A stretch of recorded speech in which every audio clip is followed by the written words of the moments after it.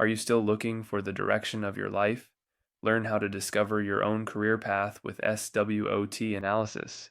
SWOT analysis can be used not only for companies, but also for people's own career goals and personal development. Let's start the video without making you wait. First, as always, I will talk about strengths. The first strength is the talents you naturally possess.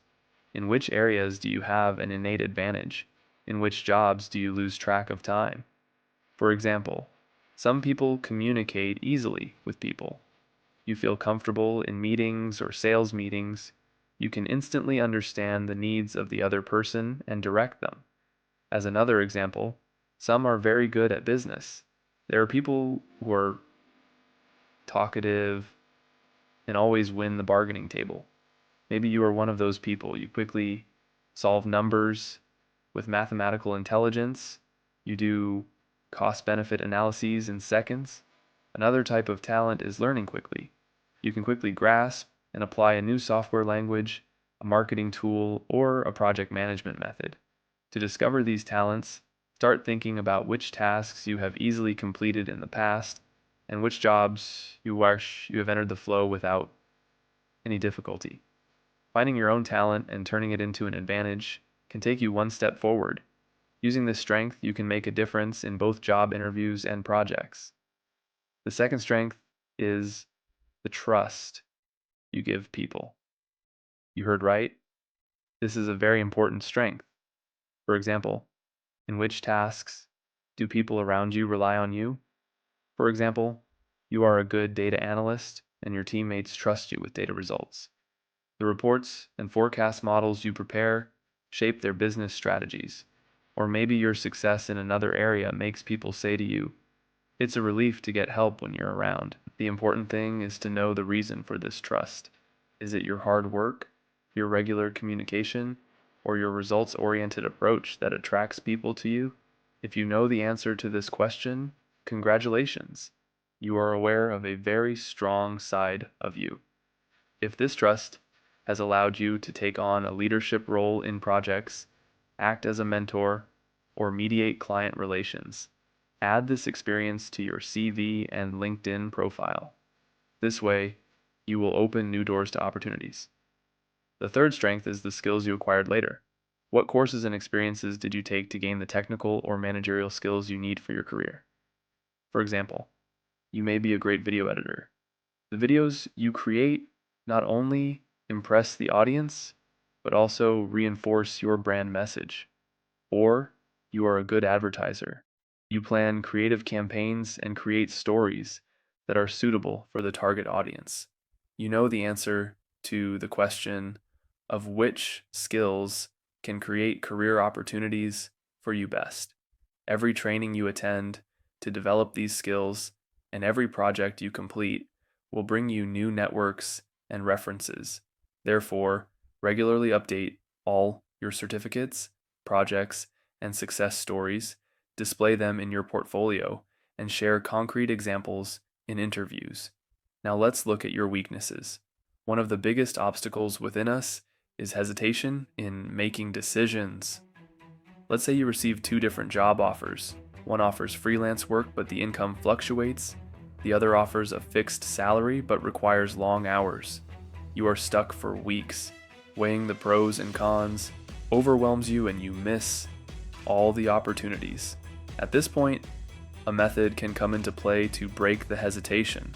Preparing a pros-cons list before the election or doing short-term decision exercises with a friend you trust. For example, every Sunday evening, you can have a 2-minute discussion about which decision you will make for the next week and then put that decision into practice. Over time, your fear will decrease and you will start learning through action, not through what-if scenarios. Another weakness is perfectionism. The desire to do everything perfectly may sound nice, but it often hinders your work productivity. For example, you spend hours changing the color of a single graphic while preparing a presentation, and when the presentation day came, you were still making the final touches. Due to the last-minute rush, there was a technical hitch, and you couldn't complete the presentation on time. In order not to fall into this trap, you can set a clear completion threshold for your work, such as submitting it when it is 80% complete. For example, in a presentation where you are racing against time, when you complete the first 80%, you say done and share the presentation and allocate the remaining 20% to future projects. This will both increase your productivity and help you stick to your deadlines. Our third weakness is lack of time management. You plan to start work at 9 a.m., but most of the day was scattered due to incoming email notifications, urgent but non-critical tasks, and random meetings. The project you really needed to focus on got delayed. To overcome this trap, you can apply the block time technique. For example, focus on a single project between 9 and 11 a.m. and move emails and meeting invitations out of that block. Also, organize your to-do list in order of importance, completing the most critical tasks first, leaving the remaining smaller tasks for the afternoon. Set 3 priority items for the day and make it a rule not to start a new task before completing them. This will help you get your work done both faster and with better quality. Now let's move on to opportunities. Opportunities are like secret doors in your environment that will take you forward. The first opportunity is to follow sectoral innovations closely. For example, if you are in the digital marketing sector, follow how artificial intelligence is transforming ad targeting processes from regular blogs, podcasts, and sector reports. Let's say an article was talking about Google's new AI-powered ad optimization tool. You immediately opened a trial account and started using it and improved the performance of your campaigns by 20%. When you notice such opportunities, you put yourself one step ahead of your competitors and enjoy the advantage of staying up to date. Our second opportunity is mentoring and networking. The feedback you will receive from an experienced person will allow you to see the mistakes you make frequently, right from the start. For example, you set up monthly coffee meetings with an industry leader you met on LinkedIn. This mentor helped you see the gaps in your resume and offered you an internship opportunity. When you immediately applied the techniques you learned during your internship, you both improved your skills and expanded your business network.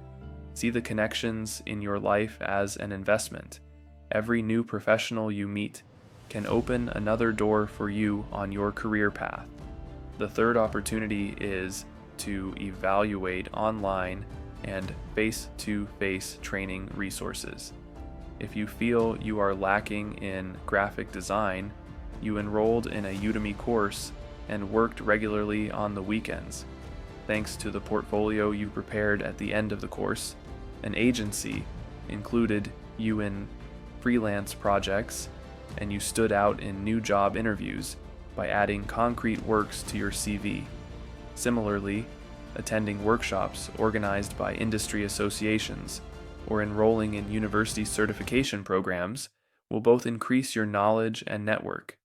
Investing in education will both strengthen your skills and increase your self-confidence. Finally, let's look at the threats. The first threat is increasing competition. In order to stand out among hundreds of candidates applying for the position you are targeting, you need to present not only your diploma, but also concrete projects, certificates, and references. Let's say 600 people applied for the same job posting as you, while most other candidates added additional internships and certificates after graduation. If you only put in your diploma, it will be difficult for you to pass the pre-selection.